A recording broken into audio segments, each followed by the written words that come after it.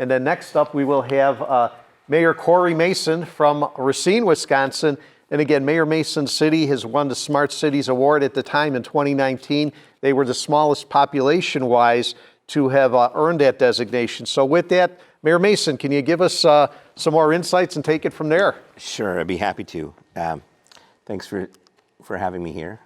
So just to talk a little bit about our Smart City timeline and what it means and how it came about. So I was elected mayor in a special election in 2017, and to be candid, as I was running or before I became mayor, as a legislator, Smart City was not something that I spent a lot of time discussing or thinking about or what have you. But coming in as the mayor of Racine, this city of almost 80,000 people, the ability to think about technology companies coming to the area and what that would mean for our city and what that community would mean, and really why it would be important for a city like Racine to embrace smart city initiatives as a key part of our vision moving forward was for a couple reasons. The first of which is City of Racine has a long history of innovation. At one point, we had more patents per capita than any other city in the country. It's long been a place where people come to build things, to do things, to try things, come from all over the world to be able to do that. So it just fit into our DNA really nicely. But the other reason is Racine, like many communities, I think, is trying to figure out, well, what are we going to be in the 21st century? We had huge success in the 20th century as a manufacturing center, and we still have a big part of our employment sector in technology and manufacturing and more smart manufacturing as part of that. But it's going to be something different in the 21st century. So what does that look like as we are blessed to be on the shores of Lake Michigan and in between Milwaukee and Chicago? How do we plug into the region and distinguish ourselves as a city? The other thing that we sort of made a pitch on, and I would certainly take a little bit of an issue earlier about whether or not you need to have a smart city to have a city. I would say, yeah, you definitely do, just in defense of cities. There's actually some structural things that cities have that rural areas don't. So the city of Racine happens to be the headquarters of CASE, which makes tractors, and they're doing some really cool things with autonomous tractors and satellite work and some great things around agriculture and farming. I would say that is not smart city work at all, because it's missing the city component and it's missing the people component. So there are lots of definitions from smart city. The best definition I've heard, I was on a panel discussion like this and somebody was asked, well, what's your definition? And he said in an exasperated tone, ugh. It's like asking what your definition of love is. I mean, everybody knows how important love is in their lives, but if you ask somebody what their definition is, you're going to get a different definition every time. And I think there was some real wisdom in that answer. I always sort of settle on this space where our definition of smart city is using technology to improve the lives of our residents. And it's always that means to an end. It's not an end unto itself. That's a very broad definition too. I mean, by that definition, the aqueducts that the Romans built were smart city initiatives, right? So we mean it in the most contemporary standpoint. And then as we've talked about what it means for us, because smart city is such a broad concept and a broad definition, I sort of realized you had to pick 3 or 4 things and do them well, as opposed to saying, we're going to do smart city things on 50 different things and dabble a little bit here and dabble a little bit there.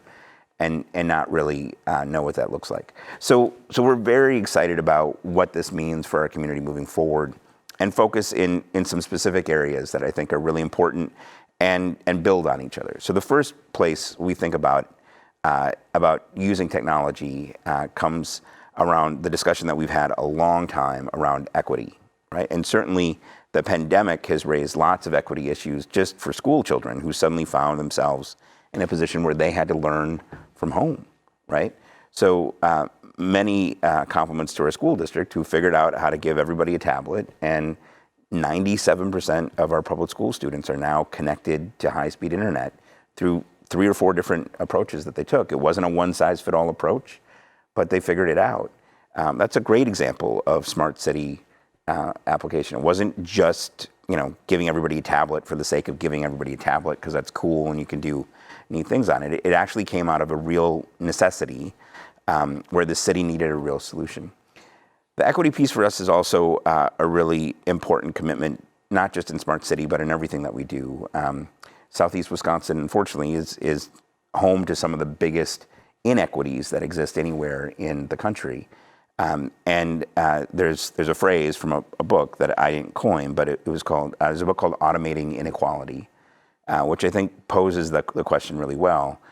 Intentionality around smart city work that you do ideally is making your inequities smaller and not bigger. But I think if you're not intentional about it, you can wind up in a place where suddenly you've inadvertently made the digital divide bigger than it was than when you started. So being really intentional about that.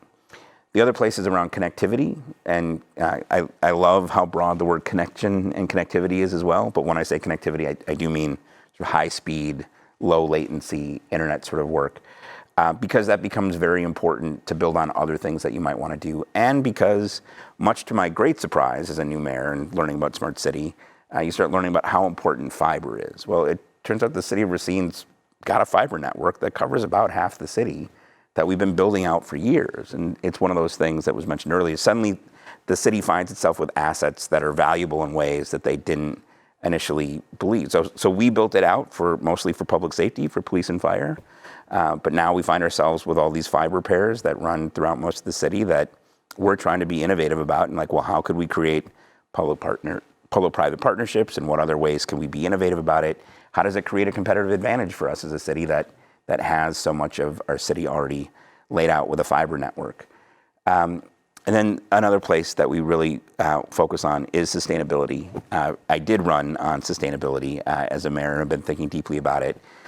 I'm really excited about the goal that the president has laid out to cut our carbon footprint in half by 2030.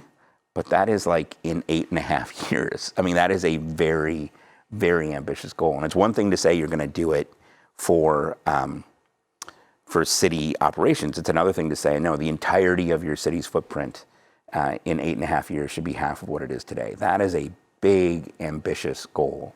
And what I know about that is, yes, it will take lots of community buy-in and lots of work, but it also requires partners with organizations and companies like Johnson Controls, because if you can't measure what it is that you're reducing, you will have no way of knowing if you've actually achieved that goal, right? So, and it is already recast conversations as we discuss like the expansion of a wastewater plant. Our wastewater plant was a New Deal project built in the 1930s. It's going to need to be expanded.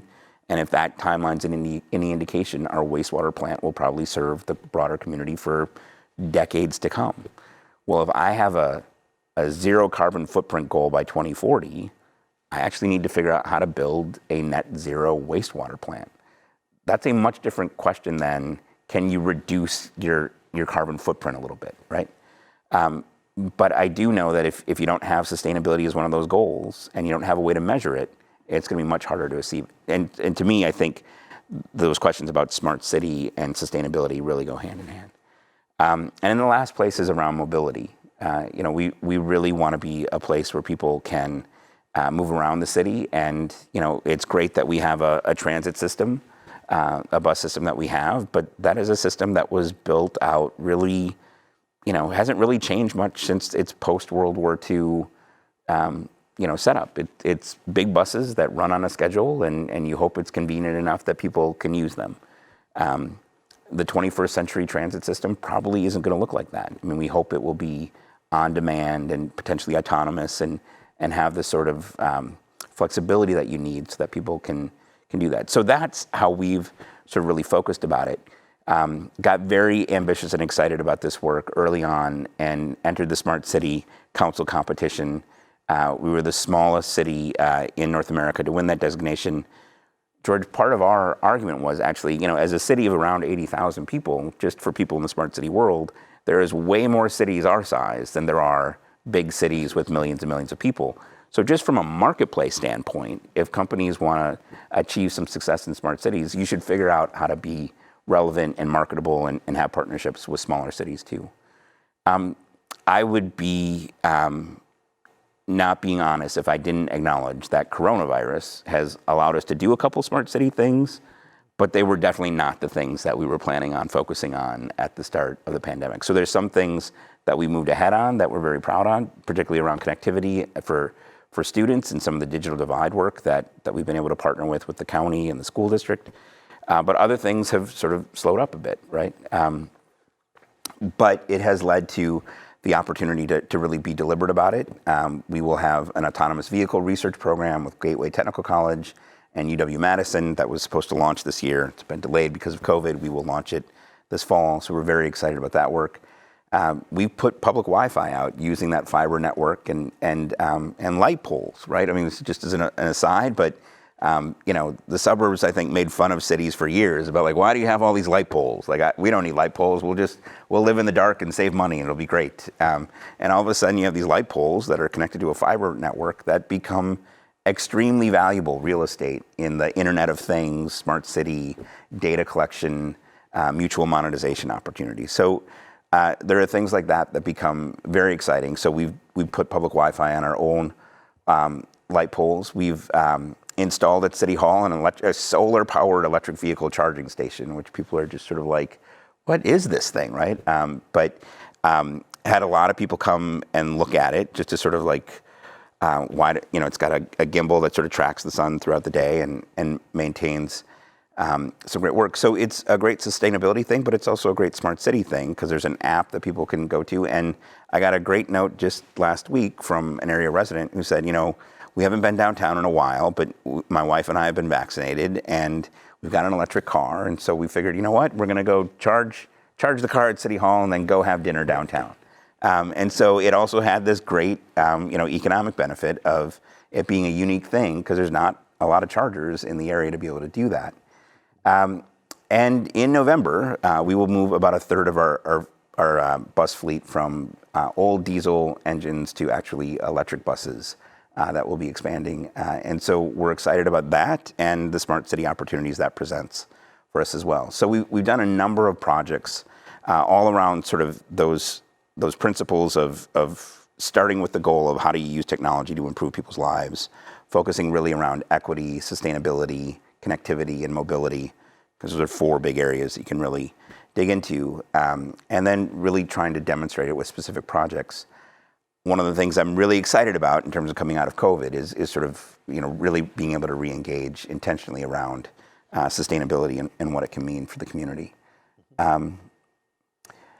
These are just a couple things that I'll mention on the slides that are here. I mentioned that fiber network that we have that runs through the city. Again, going to an early smart cities presentation, there's like, well, there's assets that cities have that most places don't that you should really find out about. And one of those was fiber. And, going into my IT director's office and saying, hey, do we have fiber? And he's like, yeah, we have tons of fiber, actually. It's all over the place, actually. We use it for police and fire and some of the street lights, but not really much else. And I was just like amazed that in addition to the thousands of light poles that we own, that we also have this fiber network that makes it really an amazing opportunity to begin to pilot not only that public Wi-Fi, not only those Internet of Things devices that you want to be able to see, but also work that we want to do around mobility and puts you in a place for those roadside units or 5G capabilities that everybody's been talking about. Here's the solar panel at City Hall that I was mentioning. It's been sort of a cool thing that people come to see. And do you charge for it? We don't charge for it right now, and it's all solar. There's been this question of do you begin to charge for it and what will it look like? Right now, we're happy to have it as a public service. There's 2 stations that can charge at the same time, but right now it's innovative enough and new enough that people are coming down and charging their cars. There was even a high school class that had it on a scavenger hunt last week, so sort of a thing that people are coming to see. So we're excited about that.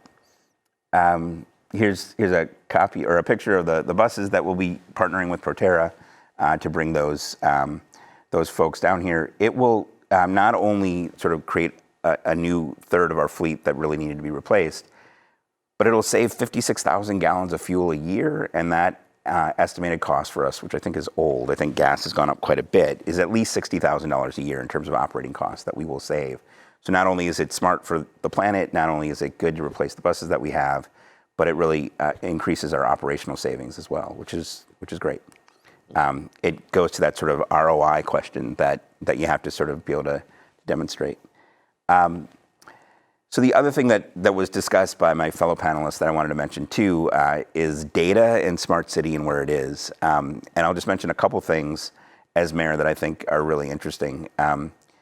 It's been mentioned before, but the human component on all of this really has to be first and foremost. So even as we've talked about putting government services online and an app, the first question I make them answer is, well, do we do this well in the real world? Because the last thing I want to do is, if people are frustrated about a government service, last thing I want to do is put it on an app and just have them get frustrated about the government service on the app, right? It's just one more vehicle for people to feel like they're not getting the answer. And so when we've begun to pilot it, it's been really adamant about, well, let's start with the things that we know that we have high capabilities on, and not just seeing the app as sort of a Band-Aid for, well, we don't have the humans figuring this out. Maybe if we just make an app out of it, it'll make it all go away.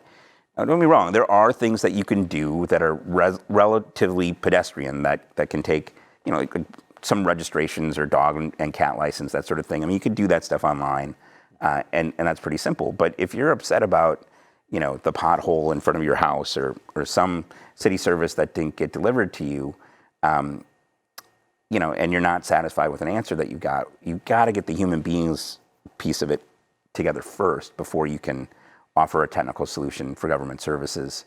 Again, it can be a means to an end to help it, but if the humans behind it aren't providing top-notch service, just putting it on an app doesn't necessarily solve the problem. Safety is a really interesting thing. I think tying safety with cybersecurity is really important. But the other thing for us, public safety continues to be an area where we really, believe it or not, built out the fiber network, right, unbeknownst to us. But it really is making sure that we're able to respond quickly and effectively and securely to address the needs, whether that's a fire alarm or a public safety issue. Those become an amazing thing. And then the other thing that I'm really proud of is some of the new economic development opportunities we've had, which, I think this is a transition for the development community too, but, beginning to require LEED certification of our new buildings and asking people what they're going to do for their carbon footprint and what that looks like. And it's been sort of a range of responses from the developer community. There are some who are just like, well, I don't want to have to deal with that. Like, why do I have to think about that? But some of the better development we've been working with, they actually see it as a marketing bonus for them to be able to say, I'm going to have a smart building. I'm going to have a sustainable building. I'm going to put that plaque on the lobby wall to show people that this is a sustainably built building that's innovative and has some technology components to it that are unique, and maybe make them an industry leader. Other places are really finding ways to make that something that's really, really important. And the last thing I'll mention is just this data-driven thing and monetization of that. There is so much data that cities have, so much data. And maybe Racine is unique in this regard, but my hunch is that many cities don't even have a way to really fully appreciate how much data they do collect. Some of it goes, I think, unused and unnoticed for a long time. This can play out in a number of ways. One of the things I did early on as my tenure is just sort of got the 6 different departments that would inspect houses in one way or another, whether it was the assessor's office or the fire department or the neighborhood services division. They were all looking at houses, and they were all using the same computer program to enter the data, but nobody was talking to each other about what they were learning, and nobody was using the other person's data to inform what was going on. So just breaking down those silos can be really important. And then this data-driven question is so interesting, and I'm excited to see how this plays out, because I think there is opportunity for cities and the private sector around mutual monetization around data. But the concern from the public about making sure that their data is going to be anonymized, that it's not going to be, that your phone isn't going to be the Harry Potter Marauders map that tracks where you go through all of government services and keeps dibs on you. Or at least knowing that government's not going to be facilitating that. People really want to know that is the case. So for an example of that might be, we might have an Internet of Things device that might track the number of cars that go through a vehicle or through an intersection in a given day and traffic flows and not, but we don't want to be able to track a specific license plate throughout town, right? I think the data's there and the technology's there probably to do both, but I think the public buy-in is very different on both of those things. So, we continue to think that there's lots of opportunities around smart transportation and sustainability and the work that we want to do. There's great policy questions that come into play on a number of these things. But it does require that buy-in and that work and realizing that it's really a means to an end. But I also view smart city as a thing that gives us that competitive edge, especially post the pandemic, right? I mean, why Racine versus somewhere else? Well, we're a smart city. Well, what does that mean? Well, it means we have these commitments on these things around technology, and that plays into the work we do around equity and sustainability and mobility. And, it makes us distinguish ourselves as a community of choice, as people have more and more choices about where they want to work and where they want to live and where they want to play and where they want to serve. I'm going to borrow that, by the way. I think that's great. I think it's great. So I will stop there and apologize. I've probably gone long. I could talk about this for a while. I think you brought up some very, very good points, and I think very specific points to Racine and things you've done. And actually, one of the questions that has come up related to that is how are you leveraging the work in smart cities to attract new business and investment into the community? Yeah, that's a great question. There's lots of ways to answer this, but I would certainly say the work around having a fiber network that's there and what it can mean and what could it do, especially as people can be anywhere, right? So for that self-employed person who can be anywhere, certainly letting people know like where we are geographically and that we have some big city resources, and if you can live anywhere, why not Racine? That's certainly the individual small business play to make. I think from a bigger city perspective, there is some value in the density of a city and what you can provide that other communities might not be able to. And I think if we can get this, the work that we're doing around autonomous vehicles in play, we're hoping that that's a draw for people to do investment who want to see what that looks like. And I'll end with maybe one last example of how smart cities really do need to take place in cities. It's one thing to run an autonomous vehicle in the salt flats in Nevada when there's nothing around for hundreds of miles and it's completely flat. It's another thing to do it in a city that actually has tension points and real human beings with buildings and roads and intersections with streetlights and stop signs. You've really got to prove that out in the real world, and I think that's a place where cities will continue to have a competitive advantage over other places that are maybe less dense and less built. Because I do think even post-pandemic, people are going to continue to migrate into bigger cities. It's interesting you pointed it out. We were contacted not too long ago by a group out of Georgia, and they said, we're looking for a partner university to work with. And they said, well, what are you doing? Well, we're doing smart vehicles and everything else. And they said, okay. And I said, any reason or anything in particular that you want to work with us here in Wisconsin? And they said, yes, we don't have snow.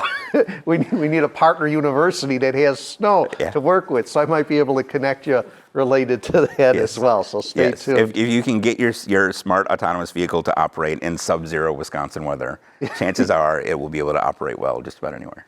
And then related to, so do you think if you take advantage of this, and in my head I keep shifting government to being more business oriented, and I don't know if it should be or not, but I keep seeing these business opportunities. So if you can get this model down with autonomous or electronic buses, could that be something you could sell the concept or sell the consulting idea or technology to cities around the world? I don't know, just a thought. Any thoughts on that? Oh, absolutely. Look, I've been talking about the idea of mutual monetization for a long time. Part of the reason I think it's worth being a city leader in smart city is if you're first, if you're a pioneer in this space, it creates spaces for other people to want to come there early and innovate. So you don't want to be in the middle of the pack or at the end of the pack on some of these things. You want to be an early innovator that hopefully then leads people to say, well, I would like to go there and try and do that. Can I work with the city to do that? We have then a mutual interest with the private sector of like, well, we've invested in this built space where you could experiment. But if you think about taking the Wisconsin idea, which is sort of the mantra of the University of Wisconsin and the borders of the state being the borders of the university, it's really just taking that into a 21st century concept. It's basically saying that your laboratory for smart city work is now the built environment of the city itself. And so there's opportunities for research with academic institutions. We, of course, want to do that. But we're also excited about bringing companies and investment and jobs and residents who want to learn how to do that as well. Good points. No, I think very good points. Speaking of companies, how has corporate investment in Southeast Wisconsin impacted the move towards smart community development? For example, corporations like Foxconn and Amazon. Any other thoughts related to that at all? Yeah, I mean, I think that's certainly, I mean, those are two of the biggest technology companies in the world, right? And so as they come to the area and talk about, what that will look like, I think it will matter. I also do think we are a bit behind in this country. I mean, just having had the opportunity to be in China and Germany in the last couple of years and seeing what their infrastructure looks like. And I don't mean for this to sound partisan at all, but just as Congress and the president are debating this infrastructure bill, it's actually a fantastic opportunity to get caught up with Europe and Asia, who are way ahead of us on some of these infrastructure questions that they've been doing for a long time. Tom Friedman, who writes for the New York Times, has had a book that came out, I think, maybe a decade ago now, but it's called That Used to Be Us. No, not that the world was flat, but okay. It was called That Used to Be Us. And his argument was, if you go around the world, if you travel to, airports and train systems around the world, you would have to acknowledge that the United States no longer leads the world in infrastructure and transportation and mobility. And why is that? And in some ways, it's been our de-investment of cities and infrastructure that have put us at a competitive disadvantage. So I think as we fight for the 21st century, this infrastructure conversation that we're having and how broad the definition of infrastructure should be, that it can't just be about interstates, that it's also got to be about transit and mobility and infrastructure and cities and built environments and broadband, and which is kind of like the electricity 100 years ago, right? If you lived in an area that didn't have electricity, good luck. I think we're finding more and more that connectivity is going to be seen in a similar way. So it's a great opportunity for us to catch up with the world, and it's a great opportunity for a city to distinguish itself in a region. Got it. Good points. So another question here that has come, this one might be a little early. Are there opportunities for Kenosha and Racine to work together? So I don't know how that one came up. But I don't want to get ahead of John's presentation, but I will say it has been a real delight for me to partner with John as a relatively new mayor, working with John, who has a lot of experience as a mayor, learned quite a bit from him. And, I think you will find that Kenosha and Racine will always agree that they are not the same place, but that we're siblings and we look out for each other and know that we have this shared future in the region. And I think that's important, given Lisa's point about communities and not just cities. I think that ties in well with Joe as well. So with that, one more question.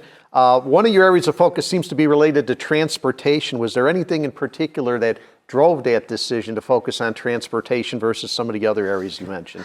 They all sort of built on each other, right? But certainly all the other values played into it, right? From an equity standpoint, I need a workforce that can get to work, and to retain businesses, getting workers to their workplace is a conversation that I have at least monthly with some area employer who's trying to connect workers with the workplace.